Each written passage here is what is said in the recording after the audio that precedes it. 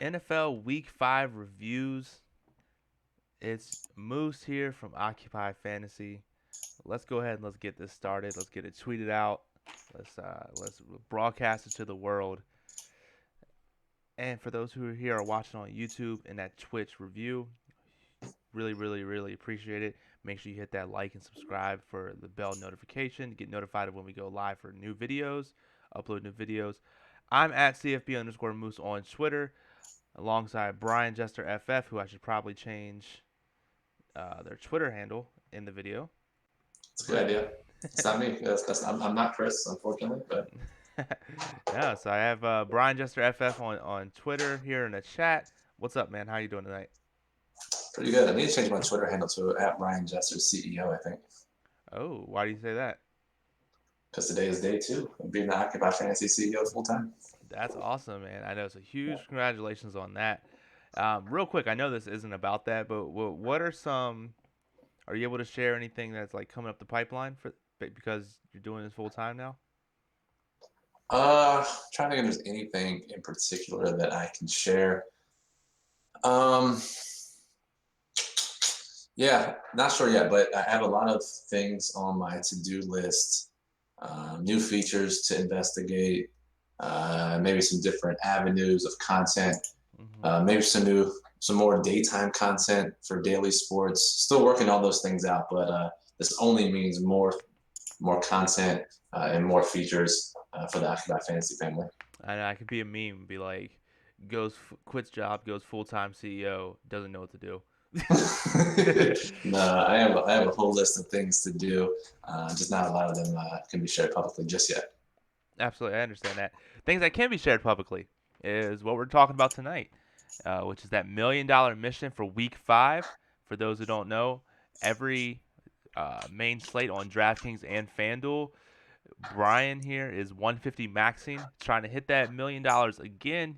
He did it back in February on the Super Bowl, which was one of the most lit nights of my life. I can only imagine how it was for you. We got a couple people here in the chat saying, yo, what's up? I do want to share really quick about that night in Super Bowl. I would say that it was the only moment I've seen someone win $1 million in Vegas and go to sleep at like 8:30 at night. Yeah, it was a little later than that, but yeah, we didn't stay up, right? We Yeah, we first of all, like almost all of us were sick, right, that night. literally everybody there had the flu.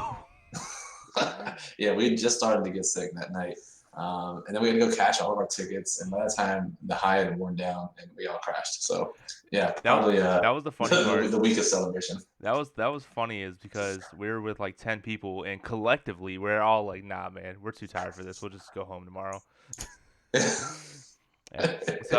Yeah. So with the $1 million mission for Week 5, it's been interesting here. We do it every Tuesday, and we learn. We talk about Brian's processes. We answer questions. If you guys want to do ask any questions, I know there's a bunch of people here that are now doing 20 maxes because of DFS Magic, which is the optimizer that we use or that we partnered with for Occupy members to get the first half of the season free. I see Bismo in here. What did effing do, baby? Let's go. I heard he won a little something, right? Yeah, Bismo got his first WFFC fan championship online ticket on FanDuel last night. Wow. Uh, in the single game NFL slate. So big ups to Bismo. You keep following our advice, keep using the tools, and keep using your own experience, Bismo. And there, you're going to grab a couple more tickets. I'm really excited for that GPP moves. It's I think it's week 15 on FanDuel, and it's generally the last couple of years has been 18,000 people, millions of first. So a much more realistic shot at $1 million than some of these 200,000 person GPPs every Sunday. Yeah. Now, let me ask you just a quick question on that, and then we'll go into detail about your lineups and stuff. 18,000, 200,000. Do you kind of have to play it the same way? I mean, I still do play it the same way. You still have to shoot for upside. Mm-hmm. You still have to do all the correlation because honestly, the difference in strategy between 18,000 and 200,000 is not that much different. It's not like it's 18,000 versus 1,800 or Yeah. something like that. Mm-hmm. So yeah, and Bismo asked if I have any tickets. Yeah, I've been pretty fortunate so far. I think I'm up to I want to say 16 tickets. Pretty much because during this $1 million mission, I've been 150 max in the FanDuel million as well. And anytime I'm playing over there, I'm trying to get as much action in those WFFC satellites as possible. Mm-hmm. I think last week or the week before, I had a pretty big weekend and secured 10 tickets. So Wow, nice. And then are you? I know they have a couple things on. I think it's DraftKings, the King of the Beach. Are you doing any of those qualifiers? yeah, 150 some of the max. cheaper ones they have like $1 and $4 one. I'm still doing some of those. Yeah. I'm not actively trying to qualify for the live finals. I know it's pretty big prizes, but it's still a huge, huge bankroll drainer. Yeah. And I'll play if there's some overlay or if I really like my lineups, or there's some cheaper ones. Like if there's 150 max, like $1 one, I'll do it. But I'm not actively trying to qualify for those now. Okay, makes sense. Makes sense. So, all right. So, real quick, let's go ahead and let's talk about your ROI from last week. If I can go ahead and get Cool. this image up here properly. And if we take a look here, let me shrink the image a little bit. For week 5 on DraftKings, using your 20 satellite tickets, had a total entries of 2,600, winnings of 1,740 for ROI of minus 33%. Yeah, which, you know, it's not as bad as I thought it's been. You had a couple good weeks, or the ability to have good weeks. It just seems like you just can't have that other game stack hit, which we'll go into a little bit more detail here. And if you look, this is the year to date. 12.5 in entry fees, 10K in winnings, off 125 satellite tickets as well. ROI minus 20%. Yeah, not too bad. Minus 20%, I'll take it. If I can, as long as I'm not like minus 100%, I'm straight. Just keep trying to keep treading water around this, minus 20, minus 30% range, and then hopefully have that spike week here pretty soon. I mean, because if you think about it, and I don't like to do this, but the what ifs, like if that Rams touchdown doesn't happen, you're in the positives like Yeah, a lot. yeah, Um, Other things happen. I don't like to play the what if games, but that just shows that the process is there. So by the Super Bowl, that number should be absolutely be positive based off the processes that we learn, we grow. So let's go ahead and let's knock it out. yeah. We definitely should. And do you have my FanDuel ROI as well? Because this is my first positive ROI week on FanDuel. I'm pretty proud of it. So I don't have it up, but I have the picture here. It's $1,071 in entry fees, $13.93 in winnings for plus 30% ROI. hell yeah. So it was really weird because I finally this out of 5 weeks, that was the first positive ROI I've had on FanDuel, Mm-hmm. but I only won like 2 tickets. So I don't like the week before I was like minus 20% and won Huh. like 15 tickets. So it's really random how some of these contests play out sometimes. That's so strange. Yeah, but yeah, this week was insane. I think a lot of people, a lot of our members scored really highly, and if you played this past weekend, it's a really good chance you probably maybe had your highest DraftKings score ever, highest FanDuel score ever. The millionaire winner had 325 points, which is I'm pretty sure it's a record. So Yeah, that we has to could be. we could talk about that because there were some insane individual player scores. Yeah, so I mean, do you want me to just bring up the DraftKings leaderboard here? Yeah, let's bring it up. We'll take a look. Cool. If you look here, this is the. Hold on one second, guys.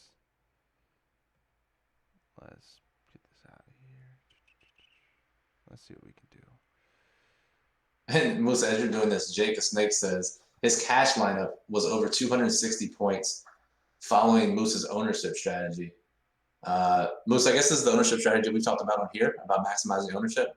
Yeah, so and we've done some back testing with DFS Magic as well, where basically if you just play who the high owned guys are at each position, you're gonna make out more times than not. So if you think about it, a guy does well, you're gonna just basically move with the pack, and the people who don't play that guy, it's hard to have someone like to outscore someone like Christian McCaffrey at 80% ownership of what he was in cash games. Um, You're absolutely screwed. yeah, wide receivers could be where you go a little bit different, but that quarterback, running back, especially in the third flex and that defense, maximize ownership there at least, and you should be pretty set. I know we looked at the back testing, and we'll talk about this maybe more on the podcast in depth, but to a 60% win rate, just maximizing ownership over the last 2 years. People say that may not seem like a lot. The higher cash game strategies there are, if you can return 60% or win 60% of your cash contest, that's insane.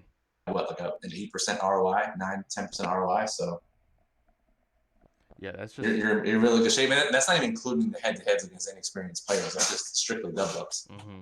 Absolutely. And as Bismo points out, the winning lineup in the $3 GPP was 2 points higher than the Millie Maker.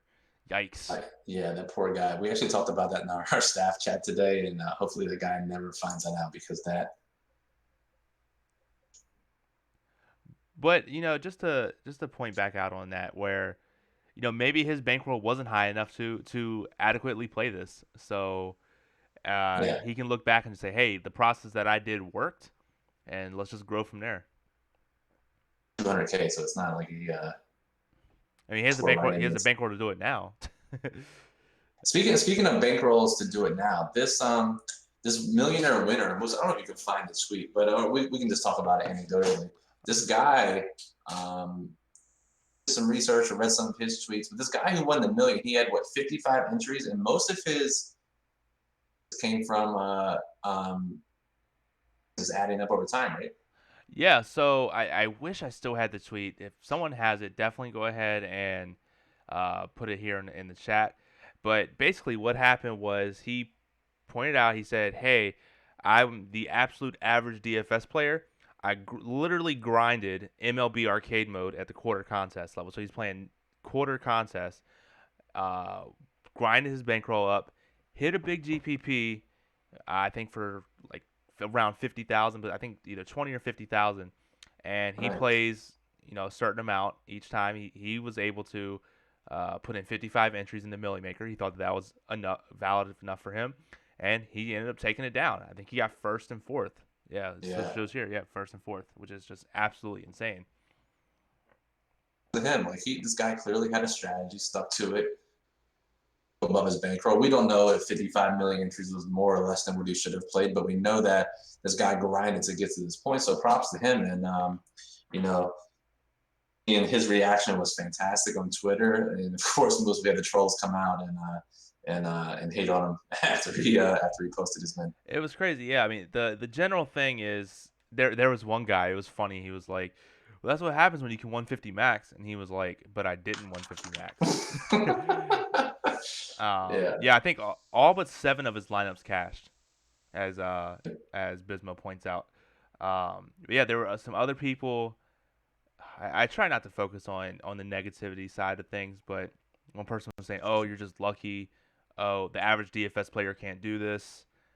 Like this dude seems, based off what he said, seems like the epitome of an average DFS player, grinding his ass off and being awesome. Props to him. To his lineup now, most. Which is just yeah. So take a look at his lineup. I'm not sure what's going on with your Discord, Brian. I think you're cutting in and out every so often. I don't know if it's my internet. I'll get off a bunch of the Wi-Fi's on my thing. Let's see. But yeah, if you let people know if you can hear Brian okay. It looks like Bismo says he can, so we're good on that. Yeah, so Teddy Bridgewater at quarterback. Model, by the way. Yes, hashtag trust the model. For running backs, Christian McCaffrey, James White, Aaron Jones. That's a solid trio right there. Yeah, and I mean, this guy's not a member, but we talked about literally the New Orleans Tampa Bay game stack and the plug. Mm-hmm. We talked about how high Teddy Bridgewater was in the model for just incredible reasons that the model pointed out. Here it is. Took down the biggest GPP there is. I wasn't smart enough to listen to the model or the plug. It's on me. I know. And like I said, we'll get to your game stacks. I was like, you know what? I'm going to trust the model and go this game stack. And then last minute, I was like, you know what? I'm going to switch it up to after talking with Brian, and that game stack was hashtag not good. Yeah, so some wide receivers, Fuller, Godwin, Michael Thomas. Thomas was the cover boy in the plug. He crushed. Will Fuller crushed too. Godwin is literally a god. Um, yeah. We got B more 35 B. points. Just real quick, we got B more B's in the chat who is a Twitch Prime subscriber. Shout out to him. Yeah, he said the guy was grinding in MLB. The guy who won this. Yeah, so that's how he got his days in arcade mode, from my understanding.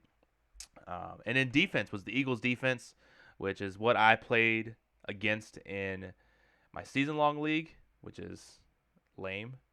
I lost by 10 points because of them. Well, that's I know. We got Sammy Side in here.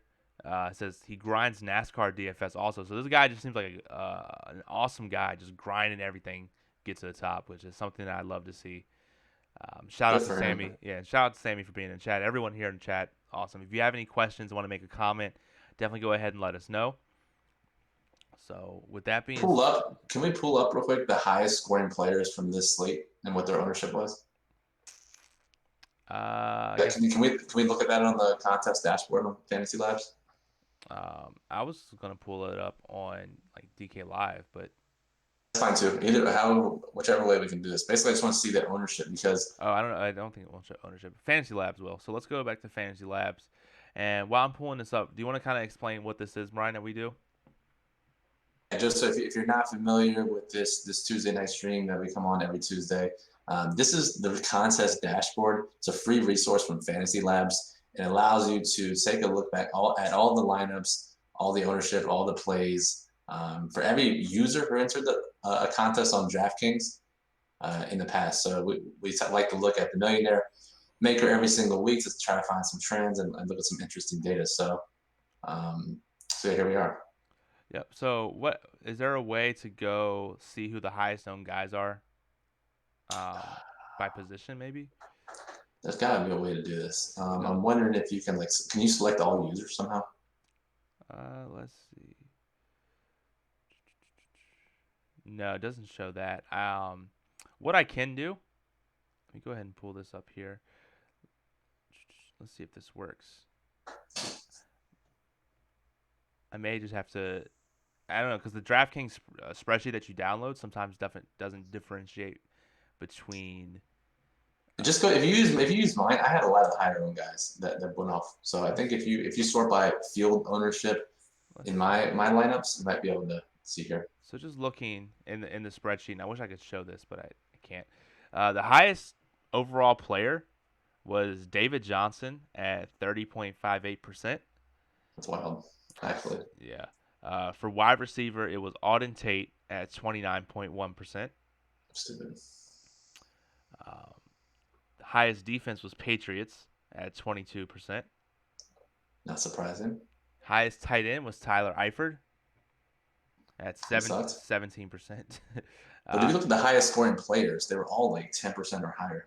And then Deshaun Watson was the highest quarterback at 13.8%. Yeah, he threw 5 touchdowns, so there you go. Yeah, and then just looking real quick at the highest points per position, Will Fuller, wide receiver, 56.7 points. 18% owned. Yep. Aaron Jones, 52.2 points, 12% owned. Deshaun Watson, we already said 44.74 points. Michael Thomas, 23.7% owned. And then for tight end, it was. Tight end didn't really come into play this week. There wasn't anybody that really went off. Like Zach Ertz at 16.7 points and 7% ownership. Yeah, but you look at guys like McCaffrey, who went off at 20%. Yeah. Thomas at 20%, Fuller at 18%, Jones at 12%. All these high-owned guys went off, and that's what causes scores to be in the 320 range. Yeah. And it always is fascinating as I pull the entry list in CSV format, and I look at the people who didn't submit a lineup, and I see people who submitted multiple entries and didn't make any lineups.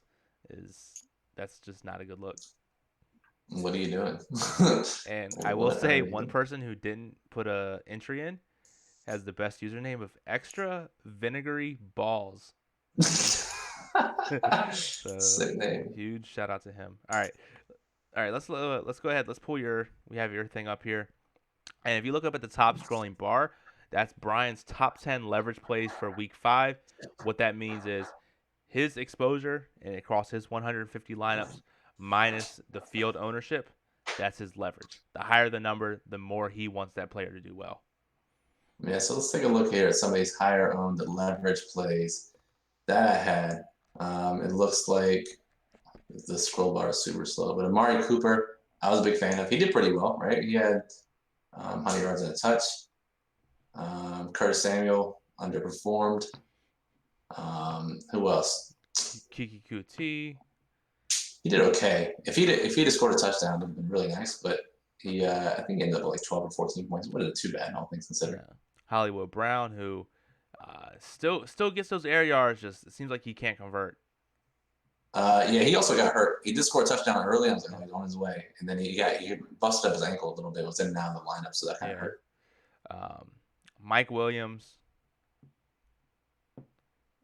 He did okay. He's still continually underperforming. So.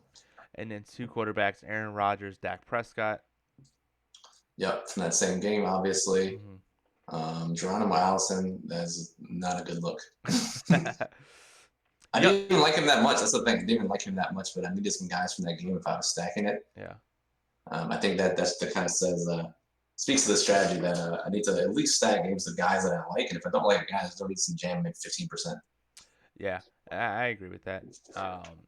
The one thing that kind of stood out for me is previous weeks, generally speaking, throughout the prior to the season, you kind of had a mix: quarterback, running back, wide receiver. And this time, it seems like you just went balls deep wide receiver, and it's a little bit the 2 quarterbacks, the 1 tight end. But I don't. Was that you going in today last week thinking, hey, I'm gonna jam a bunch of these wide receivers that are low owned in? Not particularly. So interestingly enough about that Dallas game, here's the weekly I'm an idiot segment. I really only liked Zeke and Amari from that side, from the Dallas side. I didn't think that Gallup would get enough snaps considering he was coming back and not fully conditioned. Didn't matter. Apparently, he went off for a ton of points. So that's why Amari and Zeke were so highly owned for me, just because I stacked that entire game, and the only outside of Dak were Zeke and Amari. So. Wow. Okay. And real quick, we do have some comments and questions in the chat. B. Morris says Aaron Jones saved the slate from being won by a defense again. And then Gimme Vaughn, who's been here a couple times, says, did you see that DK already posted the Millie Maker for 1020? It's a $3,000 entry and only 11 total entries. Yeah, I'm looking at this now. Some guys actually entered it already. I don't know what he's doing, but it's 1,100 entries. Yeah. 1 million to first, 200K to second, 150K to third, 100K to fourth. 10th gets 30K. It's 33 max. I'm really trying to go bankrupt if this happens. Let me see. Yeah, I'm probably not going to max this because maxing it would be $99,000. Yeah, so, I don't think the $3,000 worth of crown is going to be worth it. No, definitely not. So when is this? This is in 2 weeks. Not week 7, or not week 6, but week 7. Not going to be 150 max in this, so we'll have to. Unless you hit the million in between. Yeah, then I'll definitely do it. But in the meantime, I got to think about some strategy here because certainly not going to be trying to hit the million at maxing it 33 times. So do you think that they have? Well, let me ask you a couple questions about this. Do you think they'll have a separate millie, the normal $20 millie, with it as well? They generally do not. I've never seen a $3,000 one. They normally have a $100 one. Sometimes they do a $10 one. It's like a bajillion people. Yeah. But yeah, I'll be maxing a different contest that week, I guess. But 100K is insane to max. The only way I can think of is maybe you just max the shit out of satellite tickets, try and get 10, 15, and then buy a couple, however you would like, or something like that. I don't know. That's what I'll do, but I don't know if they have. I'm just looking now. They do have some satellites available. Let me see what this looks like. Actually, give me 1 second. Yeah, of course. So yeah, maybe I'll try to get 1 second. They have a $5 entry, 21 max. First out of 713 people get a ticket, so that sucks. At least it's not as bad as that FanDuel one. What is it? A penny, and out of what 300,000 people get a $2,000 ticket or something. Yeah, that was actually yeah. That was fun. Yeah, Although a, I am a pe- sucker, I did it, and I was like, oh, of course, why not? It's literally free. a penny to get a $2,000 ticket. Yeah, Ridiculous ROI. yeah. All right, so then Jake says his cash lineup had four guys with 44 points and over. Jesus. Um, and Bismo says I'm starting Kyler Murray every week until he wins me a GPP. The entire you and all of us Bismo will be in bankruptcy court explaining to the judge why Kyler Murray was the play. Let me tell you. All right, let me tell you this roller coaster Bismo that has happened since Sunday. So Sunday morning, I like begrudgingly enter 50 Arizona Cincinnati stacks. It's like 2 p.m. They've already kicked like 7 red zone field goals at this point. And I'm texting both DFS Magic owner Jack Moose, our staff chat, that I'm out in Arizona completely. Definitely not doing it again. Here it is Tuesday, and Arizona's popping a little bit in some of the stuff I'm looking at. And I'm probably back in for at least one more week. But if it doesn't happen this week, like guys, you have to pull an intervention. Like no more Arizona stacks after this week. It's like um, it's like have you seen that meme where it's like the clown in the sewer? He's like, come on, we have whatever insert something here. It's like, come on, we have Kyler Murray's touchdowns here. Yeah. Yeah, and then we have a really good question from Jake who's been doing some analytics of your lineups. It seems like he says, I notice you typically enter six quarterbacks at identical ownership. Is that a hard and fast rule for you? I know you always talk about how quarterbacks normally don't win it or lose it for you, but guys like Watson and Russ has had some crazy 44-point weeks. Have you ever considered changing up your approach on that? Yeah. So that 6 quarterback rule. Trying not to give away the secret sauce here, but we're here to teach everyone. And it's not like the entire DraftKings community is watching this, so we'll be okay. But a lot of the back testing we did with DFS Magic shows that if you play 150 lineups, 6 quarterbacks is the optimal number. Um, I certainly will consider changing from time to time, but I'm trying to keep this as simple as possible. Have this process that all this back testing we've done as far as 150 max lineup construction goes. I'm trying to stick to that because the analytics we did and the back testing we did, showed profit over an entire season, over 2 seasons, and gives you really good chances at hitting top level payouts if you follow some simple rules, and that's game stacking. That is not playing high owned wide receivers. That is generally playing high owned running backs. And part of those rules is having 6 quarterbacks, and that'll scale depending on how many lineups you have. Mm-hmm. But kind of 3 game stacks is the ideal number to leverage against the field. Yeah, and if you took a look at the DraftKings winning lineup, he had what a four-man stack, right? Yeah, I think 4 of the 5 winning millies this year have had 3-by-1 stacks, so 3 guys from one team, one from another. But yeah, the game stacks are certainly the way to go. Nice. And great question there, Jake. Love hearing those type of questions. Love Yeah. chatting it up with you guys. Yeah, so let's take a look at. I like to look at some of your under leveraged plays. Just take a look at that there. And if you look here, um, I do want to get your answer on this. Michael Thomas, he was the cover boy, and that was your most under leveraged player at minus 17%. Do you kind of want to talk about him, see why that went that way? Yeah, I like Thomas, and we know, like I said, we talked about him in the plug, and he was a top 5 play in the model. He was this, relatively expensive compared to what I was trying to do with my stacks and my running backs. And I actually, in DFS Magic, I was trying to get him to like 20% ownership. And no matter what I did, I really couldn't get it. I wanted to match the field. And it really just wasn't possible. Yeah. And I wasn't that in love with Michael Thomas. Like, I liked him, but it wasn't like I had to get this dude in my lineups. Mm-hmm. Where I was going to change some of my other stuff. So that's really what it came down to there. Okay. Yeah, it seemed like you had a lot of double-digit leverage on some of the really high-owned guys and some of the high-scoring players. Adam Thielen, Chris Godwin, Auden Tate, almost Mike Evans. Yeah, that sucks. I mean, especially like we always mention, you have these people that are 10, 20, 30% owned in some cases, and they go off. It's really hard to get around that. Yeah, and I think our ownership projections had Michael Thomas a little bit less. I think it was maybe like 16%, Mm-hmm. which I still wasn't that comfortable with as far as high-owned guys go. Now, don't get me wrong, I'd much rather play a high-owned, expensive stud receiver like Michael Thomas than a high-owned bum like Auden Tate.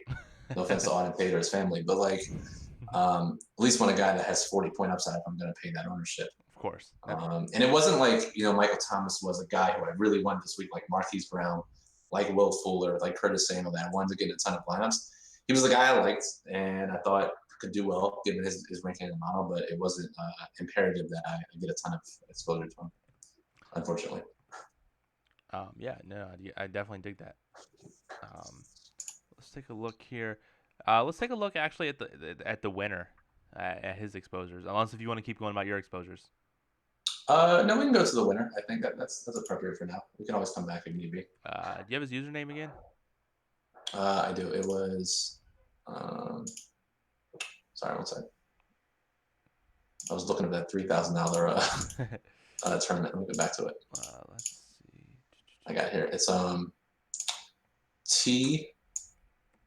It's the check THECHEK 182. THE. The check. CHEK. Okay. Yeah. Okay, cool. So he's a goat. His highest leverage looks like his highest leverage play was Michael Thomas. He had 96% of Michael Thomas, 91% of Christian McCaffrey. Damn. No wonder he fucking cashed all but 7 lineups. Yeah. 47% Teddy Bridgewater. 50% Will Fuller.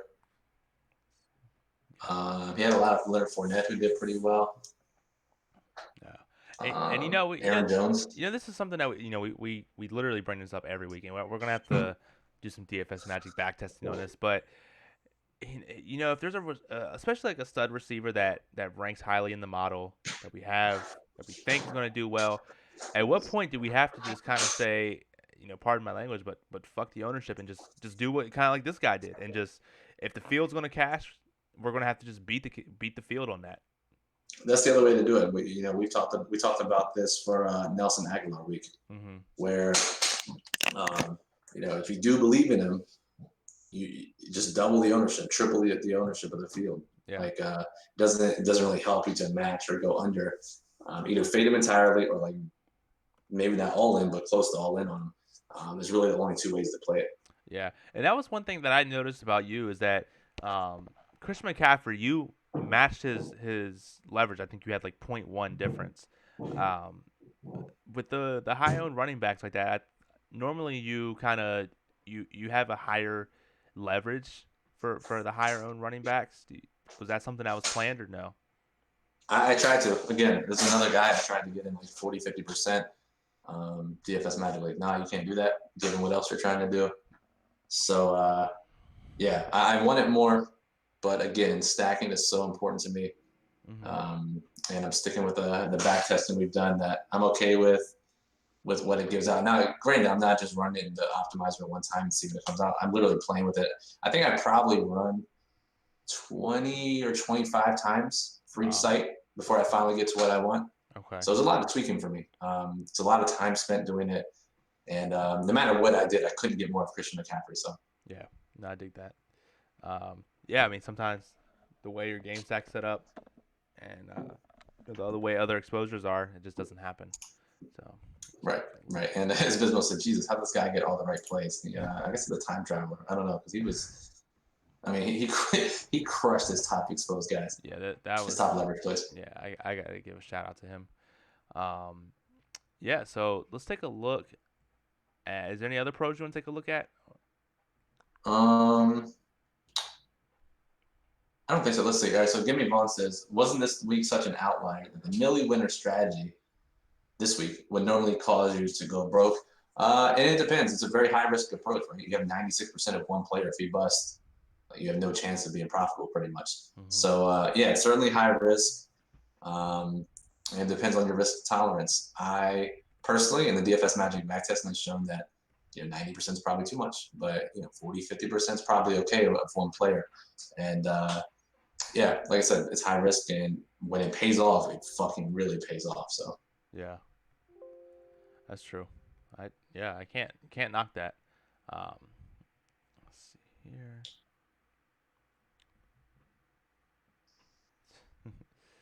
um, Joss Whedon says admitted to tweaking on stream. Ballsy. Not really sure what he means by that. I don't know. No. All right, so let's take a look. I know we like to talk about it a lot, and there was a little bit of controversy with the Millie. Let's talk about this. Yeah, Yeah, this I think this is important to talk about. yeah. And so as we go here, another thing that I like to show is the duplicate lineups. Fantasy Labs shows the counts and the number of users who has that particular lineup. You can't win a lineup. You can't win the Millie if you don't have a unique lineup. That's something that we always talk about, and we'll get a little bit more in depth on how to do that in a couple minutes. But Brian, what happened that caused some controversy?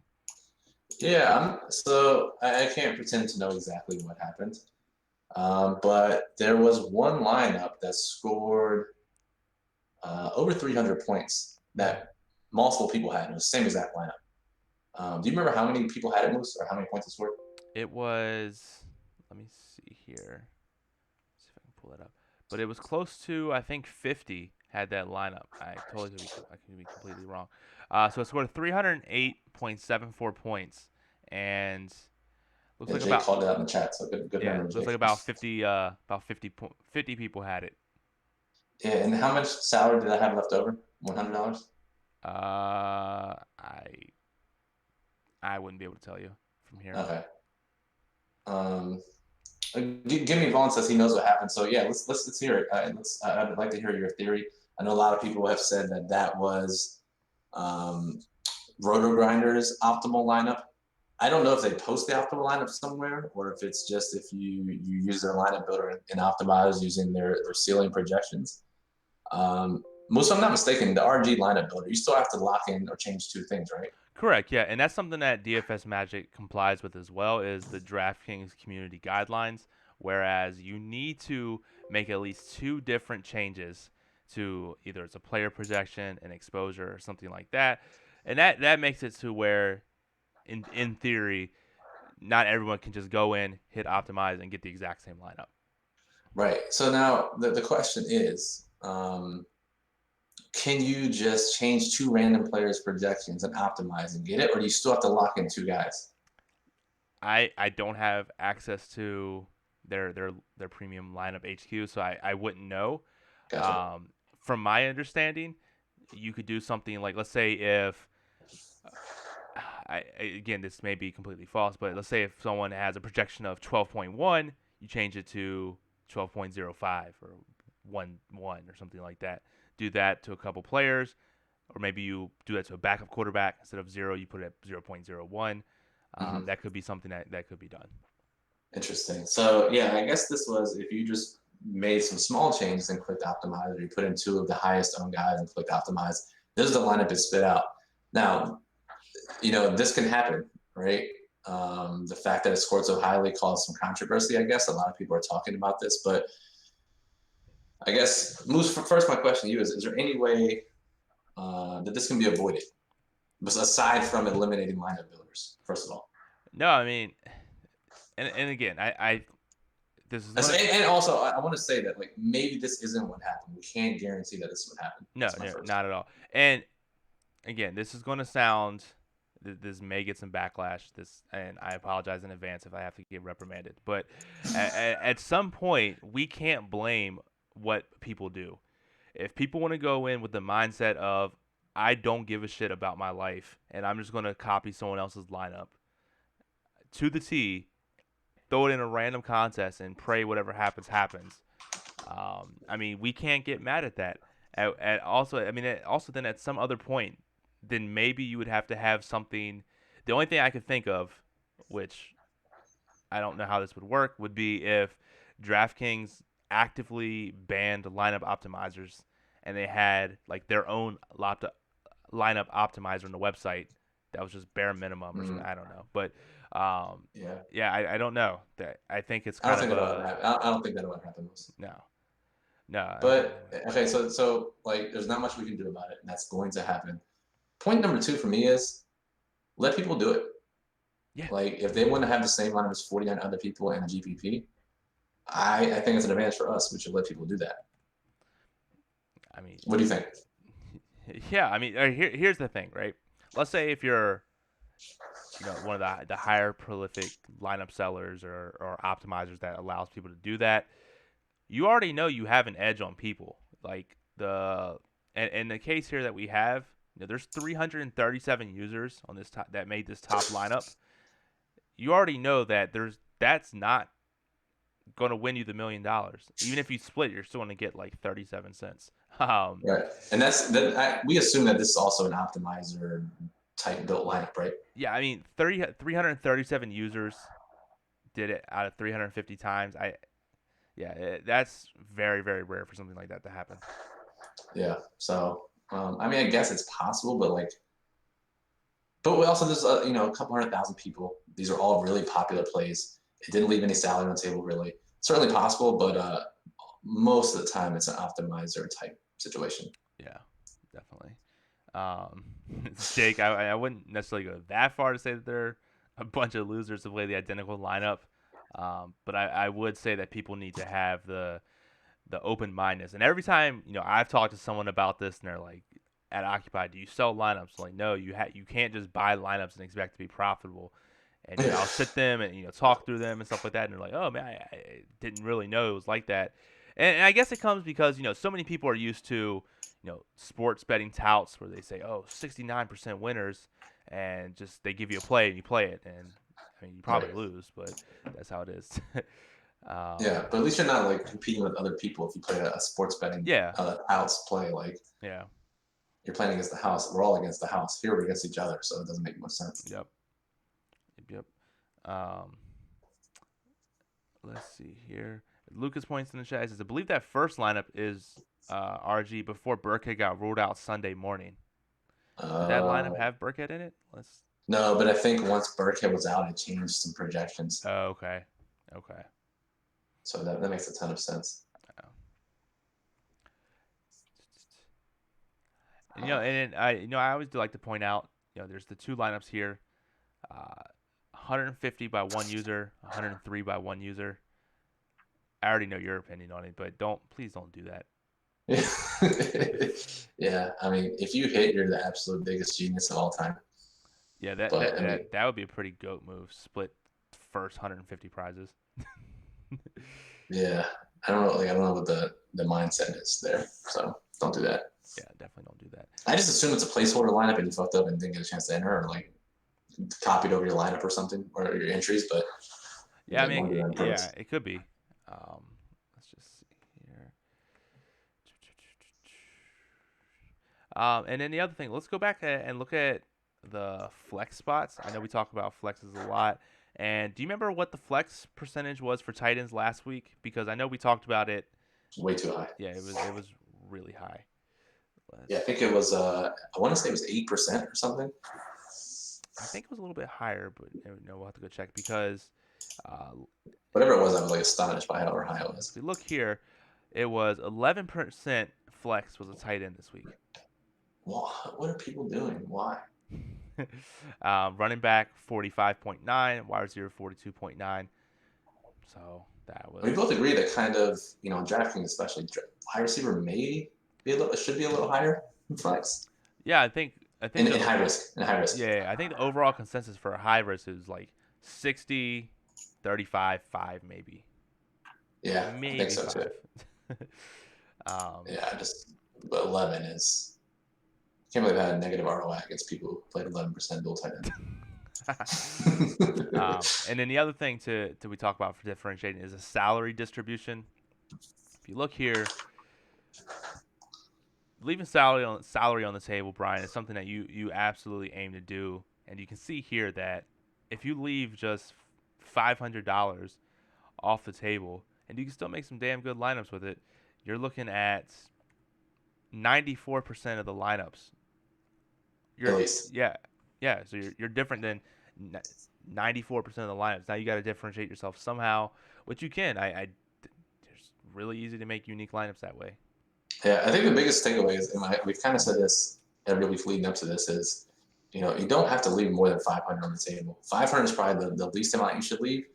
You can spend 50,000 on main slate GPP as long as you're fading high on receivers and stacking. You're going to have unique lineups. So spending anything over more than 500 or leaving more than 500 is probably overkill and not optimal, I think. Yeah. I will say this was, I think, the not this week, but the very first time I ever played DFS. I was completely clueless. I was like, okay, I'm just gonna play some good guys, and I got absolutely destroyed. And you're like, oh, send me your lineup, and I sent it to you, and you were like, why did you leave $6,000 on the table? And I was like, I don't know what I'm doing. But again, this was several years ago. I've come a long way since then. Yeah, definitely. Now, granted, single game showdown, completely different story. But main slate, this picture tells a story every week that we don't have to leave a lot on the table. Yes, absolutely, absolutely. Um, yeah. So, any other questions you guys have, leave them in the chat. Just quick content schedule update. So tomorrow night, Wednesday, we'll be releasing the season-long fantasy football podcast and your favorite podcast that we'll be doing the DFS kind of first look edition of the podcast tomorrow night. Occupied model normally updated Wednesday evening. Thursday single game plug will be up Thursday morning. Main slate plug will be up Friday morning, and then we'll do the Twitch stream previewing and taking questions Saturday night, and then the Sunday morning Periscope at 11. So lots of good stuff. Yeah, definitely a lot of content. For those who don't like, NFL, we also have the NBA preseason. We got the MLB postseason, NHL, NBA regular season coming up, college football on Saturdays. It's the best time to be a member for sure. So I mean, you can take your, and I haven't said this in a while. You cannot buy a cup of Starbucks one week, pay for Occupy subscription. It has been a minute, Moose. We need that. We need that T-shirt. Yeah. Speaking of that, we do want to give a shout out to T Wolves fan who won the T-shirt giveaway here on the last stream. You got the free Occupy T-shirt. If you like what we do have the merch store at occupyfantasy.com. You can click the merch tab. Got 6 or 7 different things you can buy. I even got the coffee cup, which is Yes, nice. sir. Yes. Yep. Yes, sir. Yeah. What was I going to say? I was going to say something else. NBA preseason. Yeah, that's in full swing. And Garrett just texted me, who is one of our NBA writers, and he let me know that a guy who was not playing tonight was 20% owned in the biggest GPP. Oh my God. So the edge remains in preseason, even for NBA. So.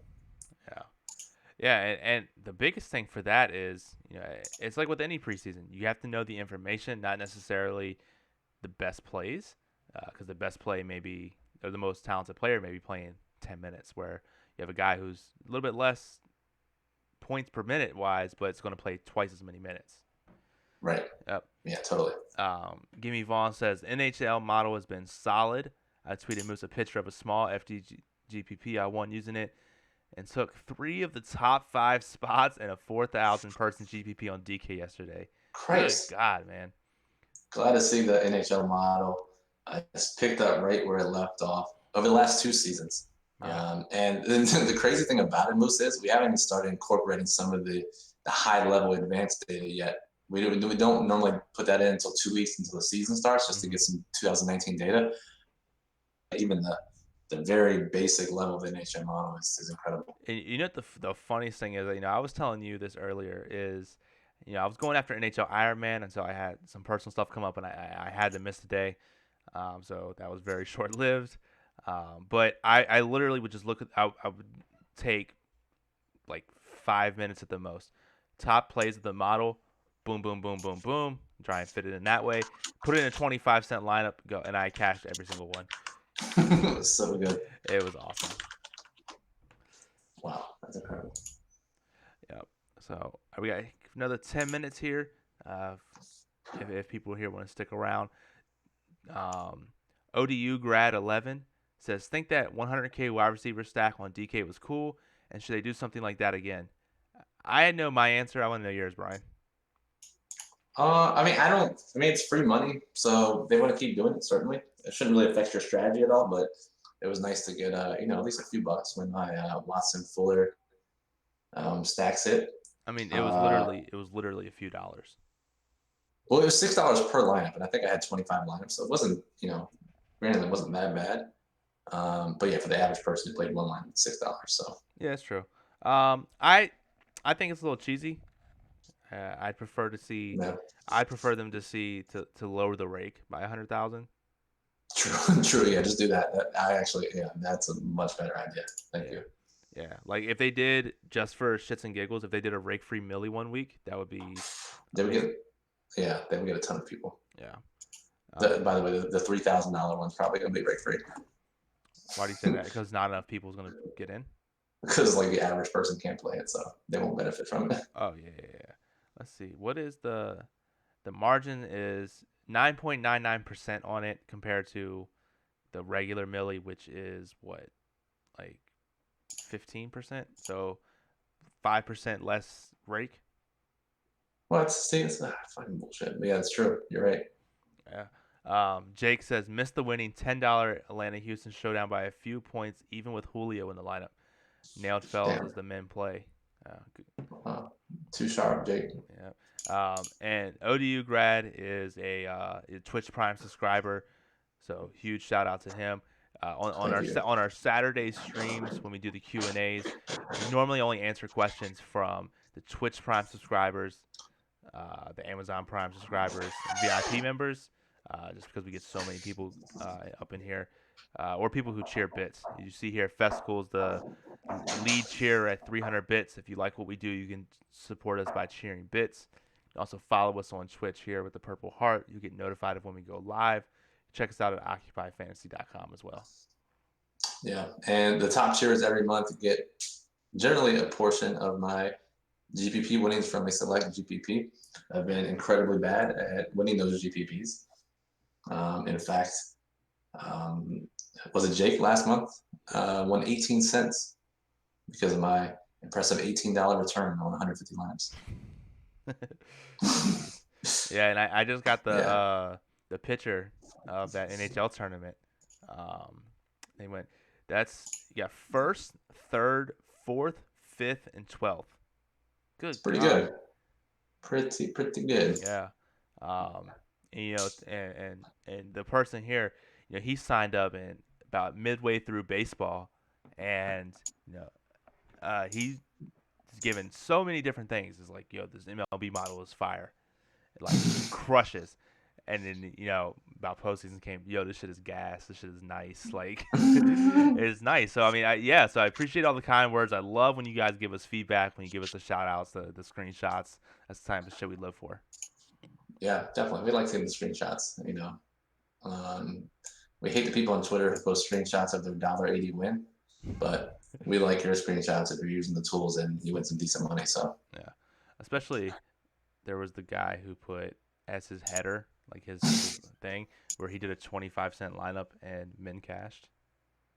I mean, that's header worthy on Twitter, right? Yeah, or there was one guy who literally posted that he was like, follow these fire lineups, and he didn't even cash.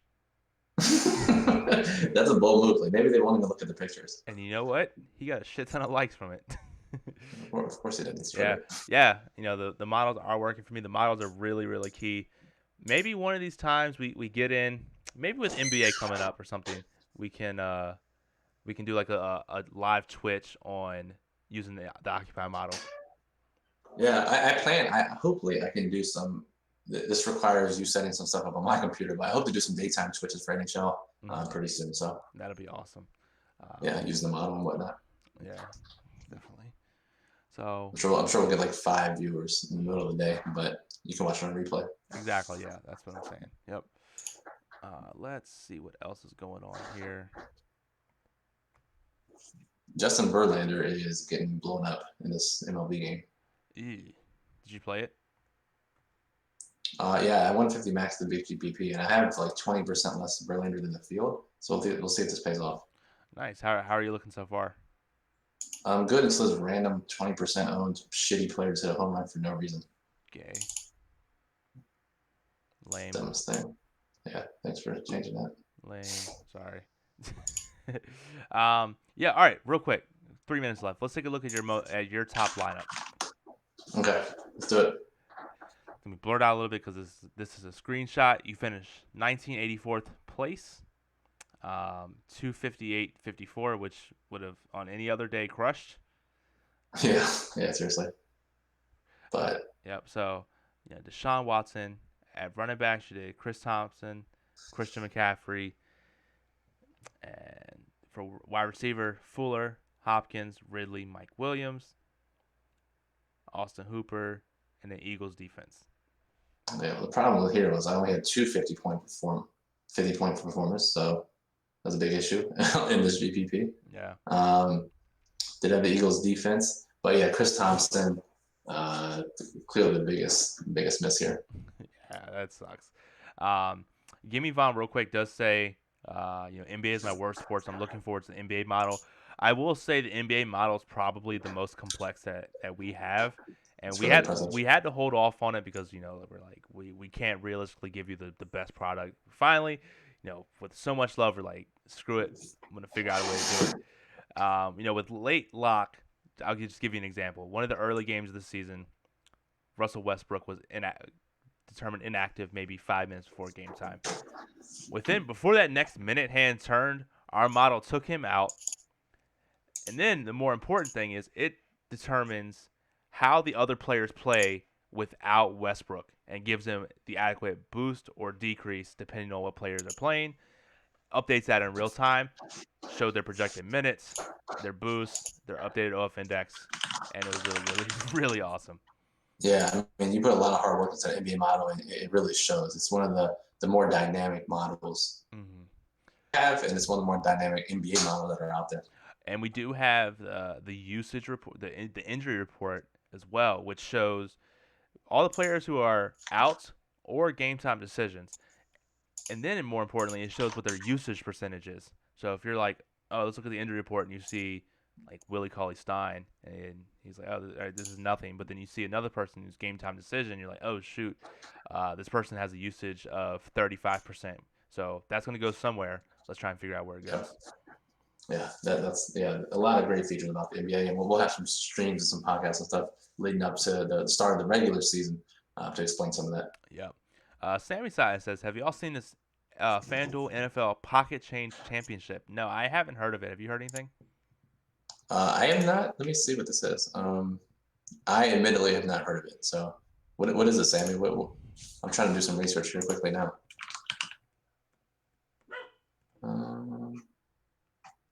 The search is not working.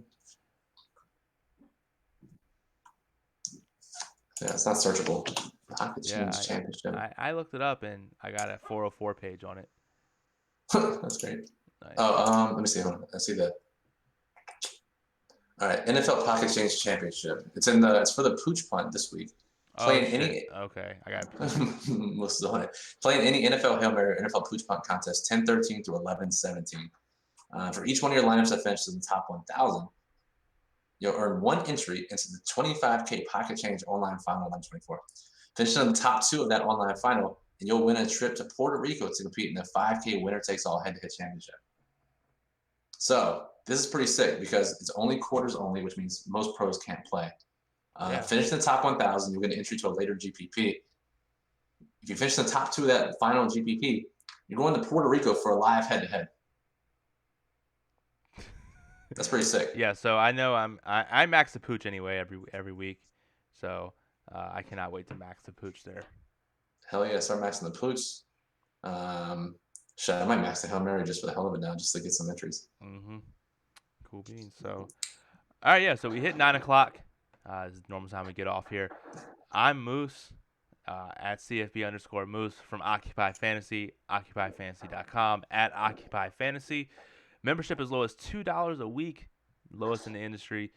NFL Daily Plug, NFL Occupy Model, NBA Preseason Daily Plug, MLB Postseason Model, College Football Plug, NHL Model. I'm running out of things to say. Yeah, you're losing money if you don't have membership. Yeah. Alongside with me, Brian Jester FF on Twitter. Any last words before we get out of here, man? I don't think so. Good luck to everyone, and we'll keep talking. Real quick, BKSA, what's up, bro? Always love to see you in the chat.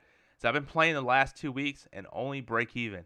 That's good. That's a Bro, that's win. good. That's If you're good. maxing Hell the yeah, that's pooch good. and you just break even, that means it's only going to be sweeter when you actually take it down.